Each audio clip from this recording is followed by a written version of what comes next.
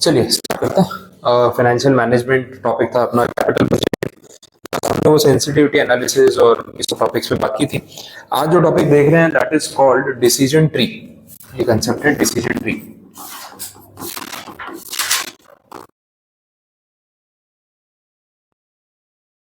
पे जाएंगे फिर सम देखेंगे तो सम के थ्रू आपको क्लैरिटी आ जाएगी। यहाँ पे बोल रहे हैं कि जब कोई भी पर्टिकुलर बिजनेस में हम इन्वेस्ट कर रहे हैं तो हाँ, इन्वेस्टमेंट करने के पहले हमें सोचना पड़ेगा कि इन्वेस्टमेंट करे या ना करे। पैसा लगाने के बाद तो कैसा है, वो तीर निकल चुका है, अब कुछ नहीं हो सकता वैसा है। तो आपको पहले सोचना चाहिए कि इन्वेस्टमेंट करे या ना करे।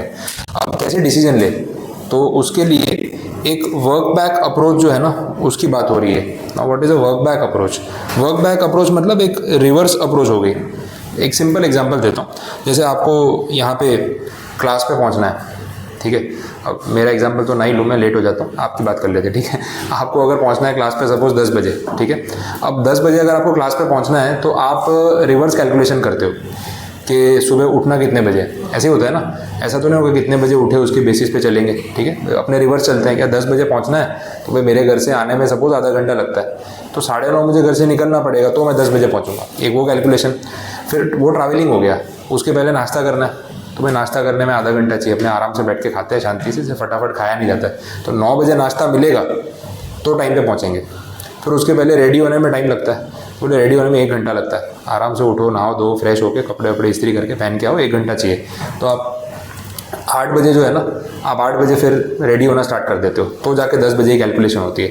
बट सबसे पहले ना, उससे पहले उठने वाला एक काम होता है। 8 बजे अगर रेडी होना स्टार्ट करना है तो उससे पहले उठना पड़ेगा। अब उठने के लिए सबका सिस्टम अलग अलग है।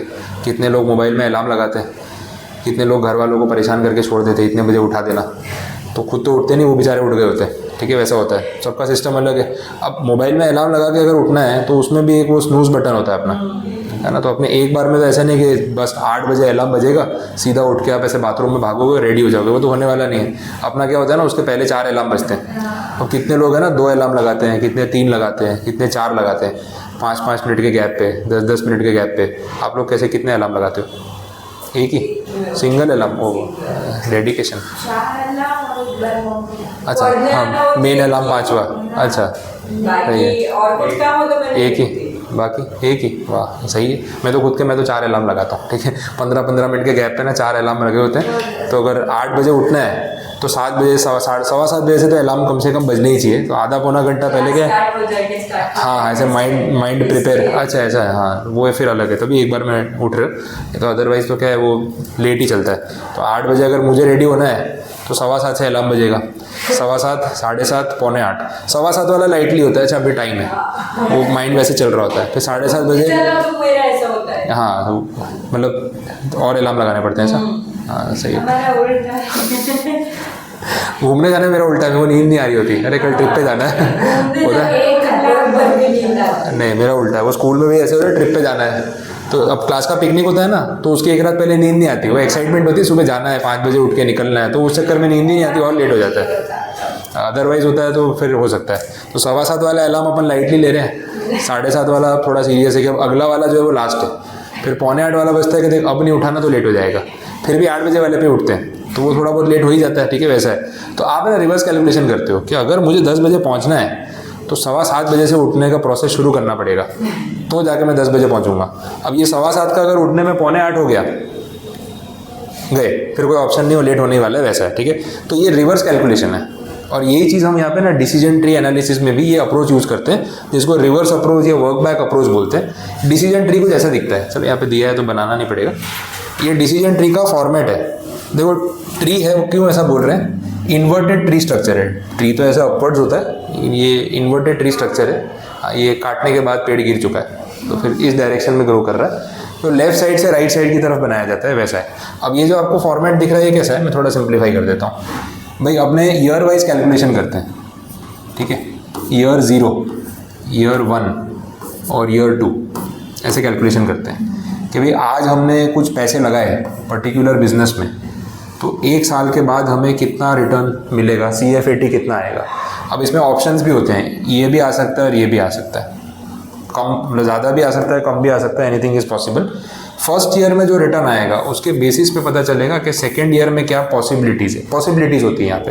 तो ज़रूरी नहीं है कि भाई इतना ही रिटर्न मिलेगा, इतना भी मिल सकता है, ऑप्शंस रहेंगे। तो अपने उसको एक ट्री की तरह बना देते हैं, यहाँ पे कुछ वैल्यूएशन पता चल जाती है, ये चलता रहता है। ये पॉइंट आया समझ में, क्लियर हुआ? तो this is called a decision tree format. अब इसको ना समझने के लिए और थियरी की ज़रूरत नहीं है, डायरेक्टली अपने एक सम सॉल्व करेंगे ना तो मैं आपको इसका प्रॉपर एक्सप्लेनेशन दे पाऊंगा एग्जैक्टली यहाँ पे करना क्या है, तो वो समझ में आएगा। तो इसका सम देख लेते हैं, यहाँ पे इन्होंने क्वेश्चन दिया हुआ है। ये डेटा है, चलो ध्यान दो, देखो क्या हो रहा है। इसको मैं डिसीजन ट्री की तरह बना के भी दिखा देता हूँ एंड देन अपन कैलकुलेशन समझ लेते हैं। यहाँ पे बोला ये है कि आपको एक प्रोजेक्ट में पैसा लगाना है। एग्जांपल यहाँ से स्टार्ट हो रहा है, एक प्रोजेक्ट में पैसा लगाना है जो 2 साल तक आपको कमाई करके देगा। 2 साल तक आप इससे पैसा कमाओगे। आज कितना पैसा लगाना है? बोला 1 लाख रुपए, और कॉस्ट ऑफ कैपिटल कितना है? 15% डिस्काउंटिंग रेट, ठीक है। अच्छा, आज अगर आपने 1 लाख लगाया, आगे क्या होगा? तो बोला फर्स्ट ईयर में चांसेस है कि 40,000 रुपीज़ का आप CFAT कमा सकते हो। ये भी चांसेस है कि 60,000 कमा सकते हो, और ये भी चांसेस है 80,000 कमा सकते हो। अलग अलग पॉसिबिलिटीज़ है, और उसकी प्रोबेबिलिटी कितनी है वो दे रखा है। अब इस चीज़ को अगर हम डिसीजन ट्री में प्रेजेंट करें, वो प्रेजेंटेशन कुछ ऐसा दिखेगा। आज फर्स्ट ईयर में कितना पैसा लगा रहे हैं? 1 लाख रुपए 0 ईयर में। 1 साल के बाद कितना रिटर्न कमा सकते हैं, उसकी क्या पॉसिबिलिटी है? 40, 60 और 80। ये ईयर 1, ये ईयर 0। आज ईयर 1 में ये पॉसिबिलिटी है, इनमें से कुछ भी हो सकता है। और ईयर 2 में कितना कमाएंगे वो इस पे डिपेंड करता है कि फर्स्ट ईयर में 40 कमाएंगे या 80। उस पर डिपेंड करता है कि सेकेंड ईयर में कितना कमाएंगे। वो डेटा इन्होंने यहाँ दिया है। अगर फर्स्ट ईयर में आपने 40,000 कमाया तो सेकेंड ईयर में ये पॉसिबिलिटीज़ हैं 20,000, 50,000, 80,000। 3 पॉसिबिलिटी हो गई।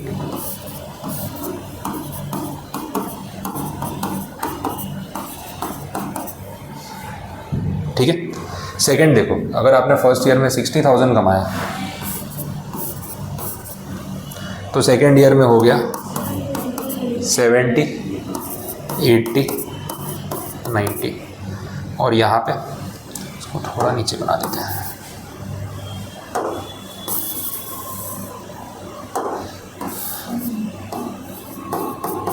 ये 80,000 है ना, तो इसके बाद भी 3 ऑप्शंस रहेंगे। क्या अमाउंट्स है? 80, 1 लाख और 120। बोलो, कुछ बात समझ आ रही? पॉसिबिलिटीज़ है सारी। अब इनके होने की कितनी पॉसिबिलिटी, प्रोबेबिलिटी, वो प्रोबेबिलिटी भी यहाँ पे दे रखी है ऊपर। 30% चांस है कि फर्स्ट ईयर में CFAT आएगा 40,000, तो इसको क्या बोलेंगे? 0.3। उसके बाद 40% चांस है कि CFAT होगा 60,000, तो इसकी प्रोबेबिलिटी है 0.4।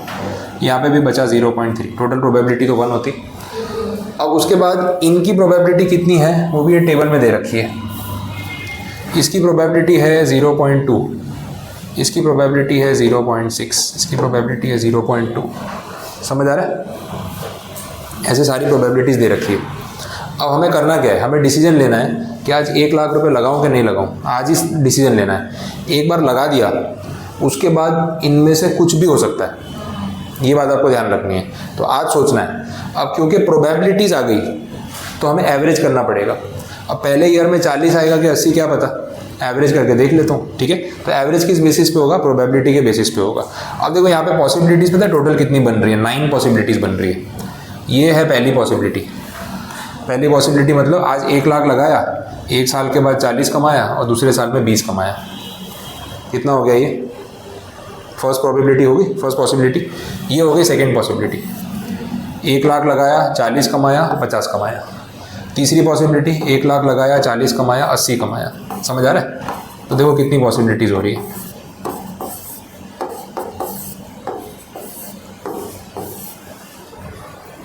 ठीक है, क्लियर है? अब ये 9 पॉसिबिलिटीज़ में NPV निकालना है हमें, और वो NPV अलग अलग आएगा सब में। डिटेल्स क्वेश्चन है। NPV निकालना है हमें 9 अलग अलग पॉसिबिलिटीज़ में, और सबके अंदर जो है आंसर कुछ अलग ही आएगा।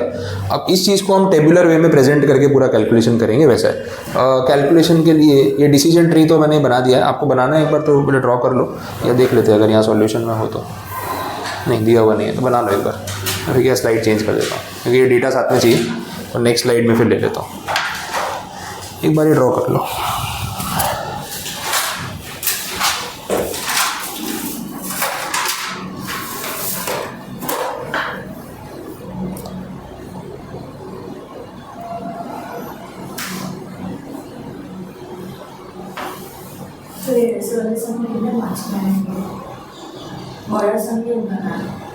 आएंगे ना। हाँ 6 to 8 मार्क्स, 8 मार्क्स तक का क्वेश्चन आ सकता है।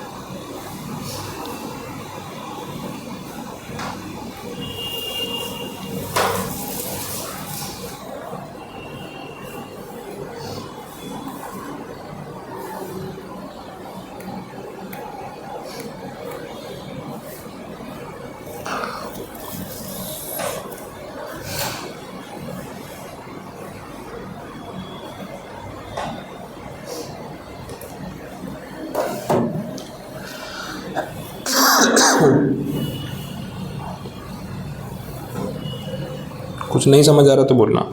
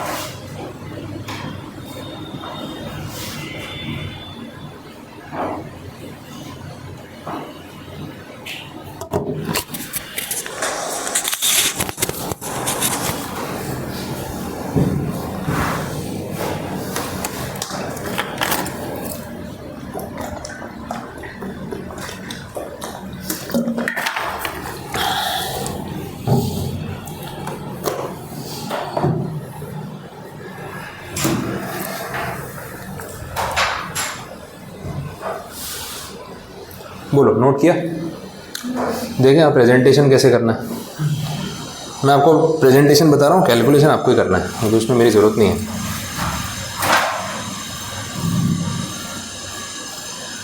देखो हमें एनपीवी फाइंड आउट करना है फॉर ऑल द 9 पॉसिबिलिटीज़। तो हम इसको ना कुछ इस तरीके से करेंगे, पाथ नंबर या ब्रांच नंबर बोल सकते हो आप, 1 to 9।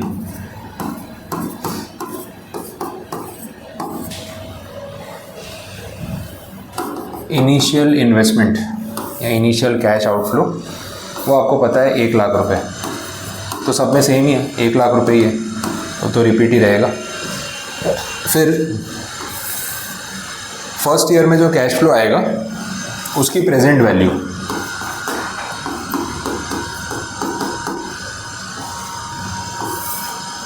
उसके बाद सेकेंड ईयर में जो कैश फ्लो आएगा उसकी प्रेजेंट वैल्यू, इन दोनों का टोटल और उसमें से इनिशियल इन्वेस्टमेंट माइनस, तब जाके मिलेगा एनपीवी। अब ये है कॉलम नंबर 1, ये है column number 2, column number 3, column number 4। NPV का जो कॉलम नंबर 5 है वो आप कैसे कैलकुलेट करोगे, तो 5 will be equal to 3 + 4 - 2। Simple. कैसे कैलकुलेट करना है वो लिख रहा हूँ, एक मैं कैलकुलेट करके बताता हूँ, बाकी के फिर आपको गिनना है। देखो फर्स्ट जो अपनी ब्रांच थी, 1 लाख लगाया, पहले साल में कितना आया 40,000। डिस्काउंटिंग रेट आपको यहाँ पे दिया हुआ है 15%, कॉस्ट ऑफ कैपिटल 15%। तो 1 साल बाद जो 40,000 है उसकी आज की वैल्यू निकालनी हो तो निकाल सकते हैं डिस्काउंटिंग करके, है ना। 15% कॉस्ट ऑफ कैपिटल पे डिस्काउंटिंग करेंगे तो 40,000 को डिस्काउंट करो 15% से, 40,000 डिवाइड बाई 1.15। 1 साल के लिए डिस्काउंटिंग करना है। 1 साल? हाँ 1 ही साल ना। 1 डिवाइड मतलब सॉरी 40,000 डिवाइड बाई 1.15, 34782 आया, ये आ गई प्रेजेंट वैल्यू। क्लियर है ना क्या किया? अब इसी ब्रांच पे, इसी पाथ पे ये कितना अमाउंट था? 20,000। इसको आज की वैल्यू पे लाना हो तो कितने साल से डिस्काउंट करेंगे? 2 साल से। ठीक है, क्लियर हो रहा है? तो 2 साल से डिस्काउंट करो 20,000 को, देखो कितना अमाउंट आ रहा है।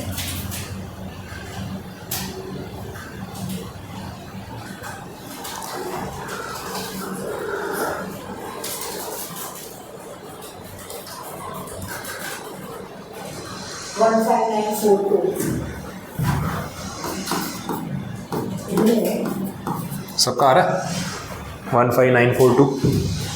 20,000 डिवाइड बाई 1.15 2 बार इक्वल टू, वैसे भी आ जाएगा डायरेक्ट।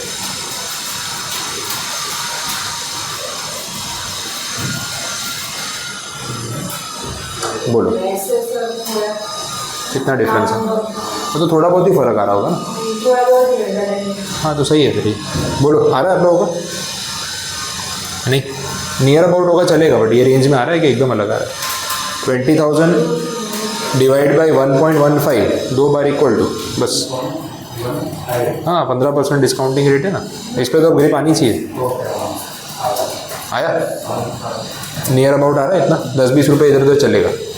अब देखो आपको निकालना है एनपीवी, तो ये दोनों प्लस करो, 1 लाख माइनस करो, दोनों प्लस करो, 1 लाख माइनस करो।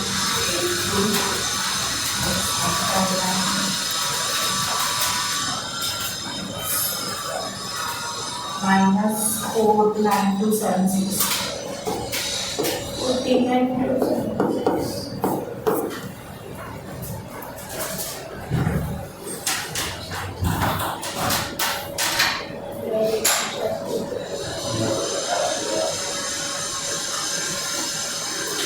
ठीक है, आ रहा है? अब नेक्स्ट वाला देखें, सेकंड वाला। देखो सेकंड वाले में ये तो सेम ही रहेगा ना। सेकंड पाथ कौन सा है ये देख लो, 1,40,000 50,000, ये तो सेम ही रहेगा। ठीक है, तो इसको डिस्काउंट करेंगे तो वैल्यू तो वही आएगी जो ऊपर लिखी थी, चेंज थोड़ी ना होगी।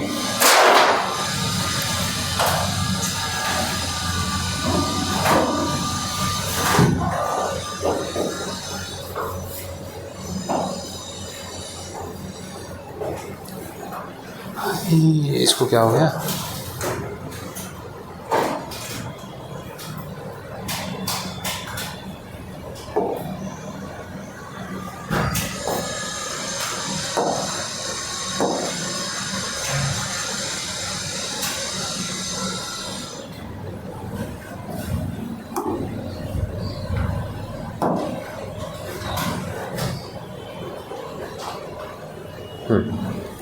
तो यहाँ पे तो वैल्यू सेम ही रहेगी ना, 34,782। बात समझ आ रही है? क्योंकि पहले तीनों पाथ पे ये 40,000 तो फिक्स है, तो यहाँ पे भी वही रहने वाला है, सिर्फ ये ईयर 2 में चेंजेस आ रहे हैं वैसे। अब देखो यहाँ पे कितना है ये 50,000, तो 50,000 को 2 साल से डिस्काउंट करोगे तो प्रेजेंट वैल्यू मिलेगी कुछ। तो ये कितनी आ रही है थोड़ा बताओ, 50,000 को 2 साल से डिस्काउंट करके बताओ।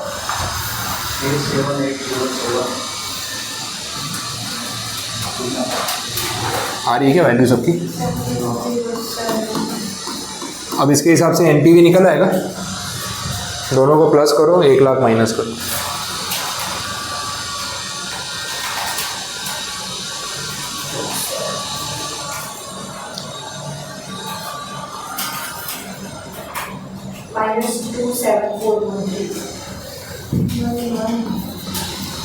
-27413 1-2 रुपये चलेगा, उसका कोई टेंशन नहीं है, उससे कोई फ़र्क नहीं पड़ेगा। नेगेटिव आ रहा है, तीसरा वाला भी कैलकुलेट कर ले। तीसरे वाले में कैश फ्लो क्या था 80,000, तो ये 80,000 को 2 साल से डिस्काउंट कर लो, 60488। एनपीवी निकाल लो,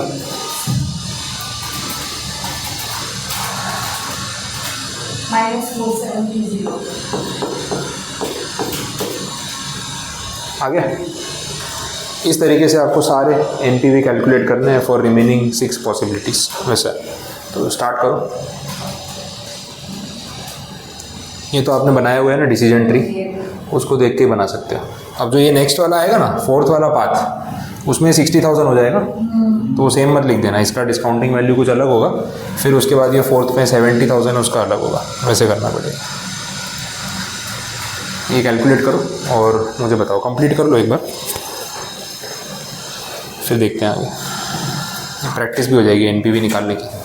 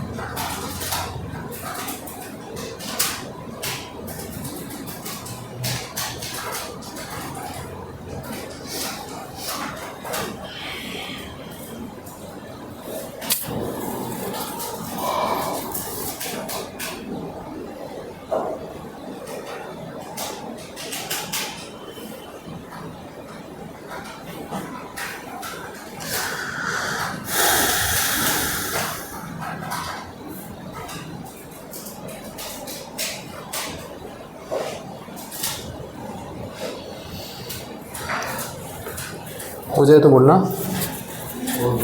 हो गया बाकी सबका?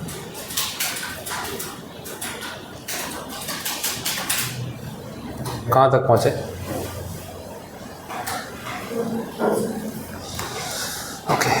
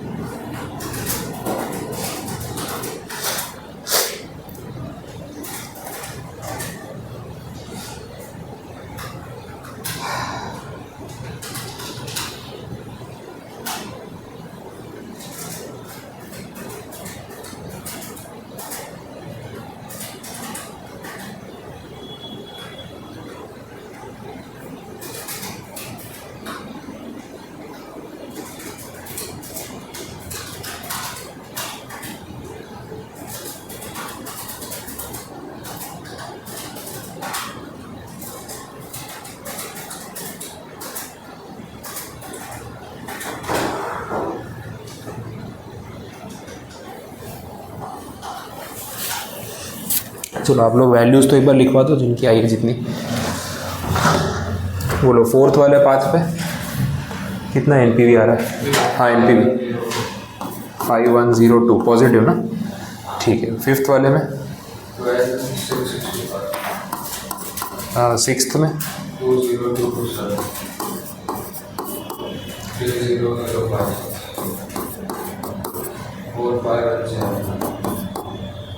45171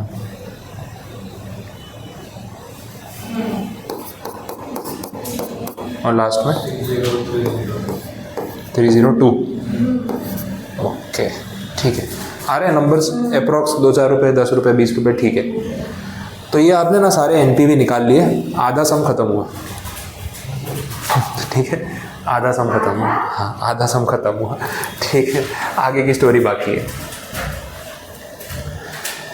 अब देखो मैं ना ये एक बार हटा रहा हूँ, तो मुझे आप लोग बता देना डेटा।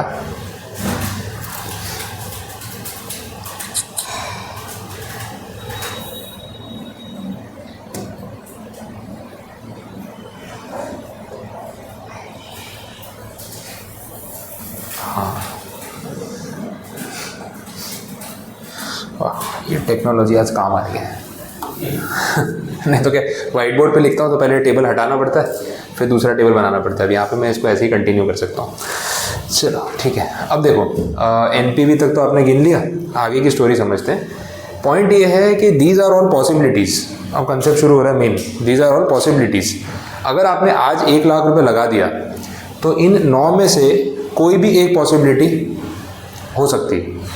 होने को ये भी हो सकता है, होने को ये भी हो सकता है, और भी कुछ हो सकता है। अब आपको लेना है डिसीजन, क्या करे क्या ना करे, आपको लेना है डिसीजन, ठीक है। तो अगर आपकी सोच कैसी है उस पर डिपेंड करता है। कोई एकदम ऑप्टिमिस्टिक है, सर 60,000 प्लस, दूसरे ने बोला भाई ये भी देख ले, ये आ गया तो 50,000 माइनस, फिर बोले बीच में से भी तो कुछ आ सकता है, क्या पता कुछ एवरेज ही निकल जाए। और फैसला कैसे करे, इसको देख के, इसको देख के, या ये इन अमाउंट्स को देख के। तो बोला इसका कुछ करना पड़ेगा एवरेज फॉर डिसीजन मेकिंग।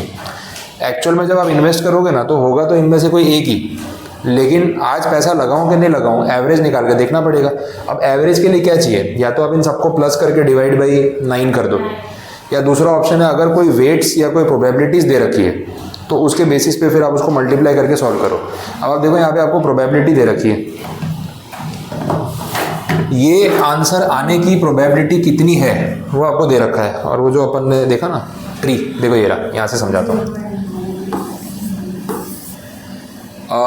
इससे जो आंसर आ रहा है वो आपका फर्स्ट एनपीवी है 49,000 नेगेटिव वाला, उसके होने की पॉसिबिलिटी क्या है? तो पॉसिबिलिटी यहाँ से पता चलेगी 0.3 इंटू 0.2 जॉइंट प्रोबेबिलिटी, तो कितना हो गया 0.06। अब मैं ऐसा क्यों बोल रहा हूँ इंटू, ठीक है देखो ये 20,000 है ना, ये इस 40,000 पे डिपेंडेंट है, इधर ले लेते हैं। नहीं सुनो, ये जो 20,000 है ना इस 40 पे डिपेंडेंट है, अगर 40 हुआ तो 20 होगा। तो जब भी डिपेंडेंट इवेंट्स होते हैं ना प्रोबेबिलिटी में मल्टीप्लाई आता है एंड, एक होता है यूनियन, एक होता है इंटरसेक्शन, एक होता है डिपेंडेंट, एक होता है इंडिपेंडेंट। अगर ये चीज़ इस पर डिपेंडेंट है तो इसके होने की प्रोबेबिलिटी इस पर डिपेंड करेगी। अब ऐसा है 100 चांसेस अगर आप लोगे, प्रोबेबिलिटी के पॉइंट से बोल रहा हूँ, 100 चांसेस लोगे ना तो 30% चांस है कि ये होगा 0.3, तो 100 में से कितने चांसेस हो गए 30 चांसेस। और अगर ये हुआ तो इसमें से 20% चांसेस है कि ये होगा, इसका 20%, तो 30 का 20% अगर आप करोगे ना तो 6 आएगा, तो 100 में से 6 चांसेस हुए। तो ये कैलकुलेट करने के लिए हम क्या करेंगे, ये प्रोबेबिलिटीज़ को मल्टीप्लाई करेंगे 0.3 इंटू 0.2, दिस इज 0.06। अब आया समझ में क्या हो रहा है? तो हमें ये पूरे टेबल में करना पड़ेगा और 9 इंस्टेंसेस में जॉइंट प्रोबेबिलिटी निकालनी पड़ेगी ऐसे मल्टीप्लाई करके। अब आपके पास वो डेटा है तो मुझे लिखवा दो।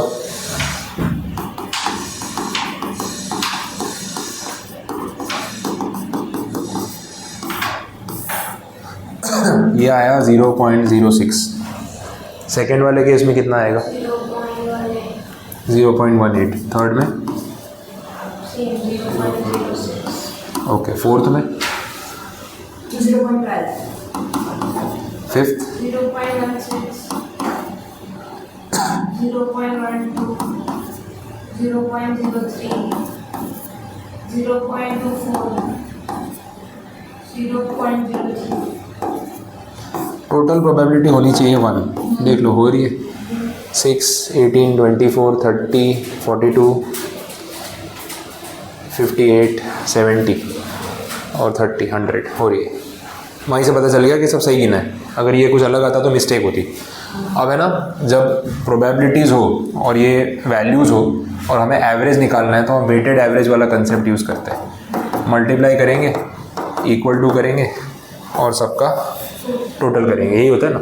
वेटेड एवरेज में आप क्या करते हो, ऑब्जर्वेशंस को वेट्स के साथ मल्टीप्लाई करते हो, जिसकी जितनी होने की पॉसिबिलिटी ज़्यादा उसको उतनी ज़्यादा वेटेज मिलेगी। ठीक है, तो आप ये दोनों को मल्टीप्लाई करो क्या वैल्यू आ रही है, इनको मल्टीप्लाई करो क्या वैल्यू, और नेगेटिव में लेना, ये माइनस में आएगी, ये सब प्लस में आएगी, ऐसे करके टोटल करो। इंडिविजुअल वैल्यूज़ नहीं जाननी मुझे, ये बताओ ये फाइनली क्या आ रहा है। इसको बोलते हैं एक्सपेक्टेड एनपीवी। मतलब गलत मत निकालना, बेसिक कैलकुलेशन दे रहा हूँ, अलग अलग आंसर नहीं आने चाहिए। एक्सपेक्टेड एनपीवी, एवरेज एनपीवी, सारी एनपीवीज का एवरेज। एक्सपेक्टेड वर्ड जो है ना वो एवरेज के लिए यूज़ होता है स्टैटिस्टिक्स में, ये ध्यान रखना। तो एक्सपेक्टेड वर्ड जो यूज़ हो रहा है वो एवरेज के लिए यूज़ होता है। तो आप ये मल्टीप्लाई करो, मुझे टोटल बताओ कितना आ रहा है, फिर आपका सम कंप्लीट होगा, लास्ट में डिसीजन आएगा।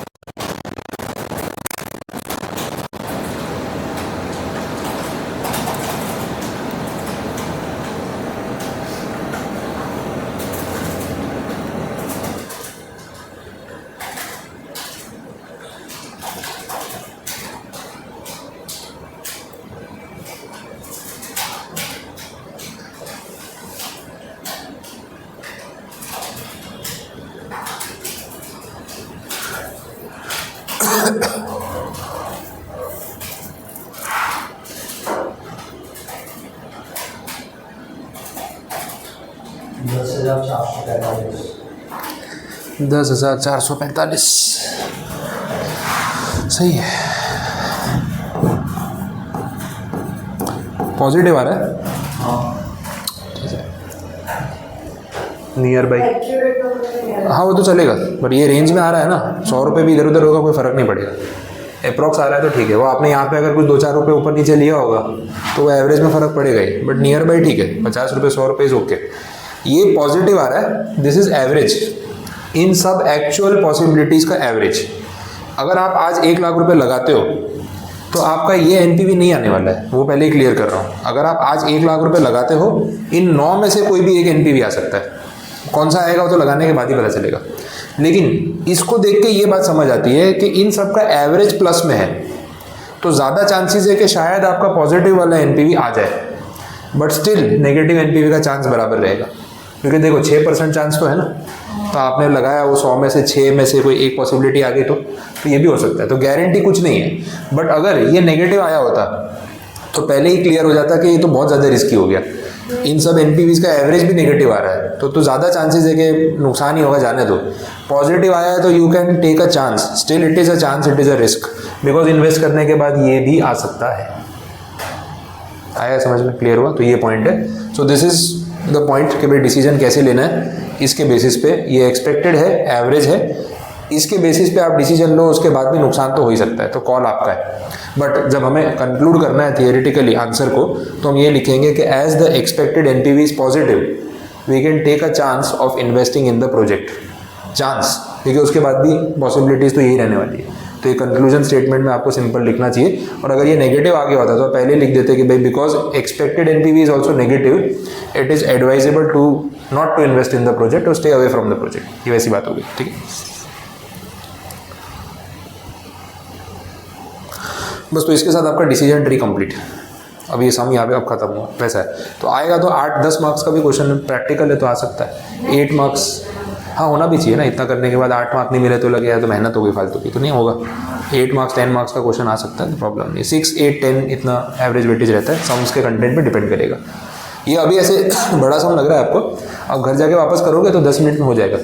हाँ, ये तो आपको समझा रहा था तो बहुत टाइम लगा ना, वापस करोगे तो आपको क्योंकि एक ही टेबल में कंप्लीट हो जाएगा, इतना टाइम नहीं लगेगा। कॉलम्स का ध्यान रखना पड़ता है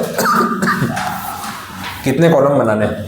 मैं जनरली कितनी बार 2 टेबल्स में बनवाता हूँ, फिर एनपीवी का अलग टेबल लेते हैं, बट ज़रूरत नहीं है। आप अगर एक ही साथ इतनी कॉलम्स बना सकते हो तो डायरेक्टली आंसर आ जाएगा, पॉसिबिलिटी है। तो पहले से नंबर ऑफ कॉलम्स माइंड में क्लियर होती है ना, वो कब होती है राइटिंग प्रैक्टिस से। अभी मैंने सम कराया, आपने बोर्ड पे देख लिया, मैंने तो कर दिया, पर जब आप खुद लिखोगे नहीं ना, एग्जाम में हाथ नहीं चलते, स्पीड रुक जाती है। फिर क्या होता है, यार कितनी कॉलम बनानी थी, क्या क्या लिखना था, 5 थी 6 थी, वो सोचने गए ना, उतने में आपकी 2-3 मिनट 4 मिनट खराब हो गई, वहाँ फिर स्पीड टूट जाती है। पर लिख के प्रैक्टिस किया होता है ना, हाँ मुझे पता है 5 नंबर है, इनिशियल इन्वेस्टमेंट है, 2 प्रेजेंट वैल्यू है, ये एनपीवी आ गया, जॉइंट प्रोबेबिलिटी, टोटल 6-7 कॉलम बनानी है, तो फटाफट आपने बना दी, तो हाथ रुकने नहीं चाहिए। वो राइटिंग प्रैक्टिस से आएगा, वो ध्यान रखना है। डिसीजन ट्री में कोई क्वेश्चन बनेगा तो यही पैटर्न पे बनेगा, इसमें वेरिएशंस नहीं है बहुत ज़्यादा, तो जो करवा दिया वो स्टैंडर्ड है, और आएगा तो ऐसे ही कुछ आएगा। वो लोग क्या करेंगे, सम को छोटा करने के लिए पाथ कम कर देंगे, 3-3 के बदले 2-2 कर देंगे, तो अपने आप 9 के 6 केस हो जाएंगे यहाँ तक, तो आपका ना सम जल्दी सॉल्व होगा। ऐसा कुछ करके वो लोग प्लस माइनस कर देंगे, वो टेंशन नहीं है। बस, तो यहाँ कंप्लीट है। इसमें फिर इतना रखते हैं, डिसीजन ट्री पे एंड करते हैं, नया टॉपिक। हाँ, थर्ड ईयर दे दिया तो फिर 50 मार्क का क्वेश्चन हो गया यही सॉल्व कर लो पूरे एफएम के लिए, इससे ऊपर तो कुछ होना नहीं चाहिए। ठीक है, इतना रखते हैं।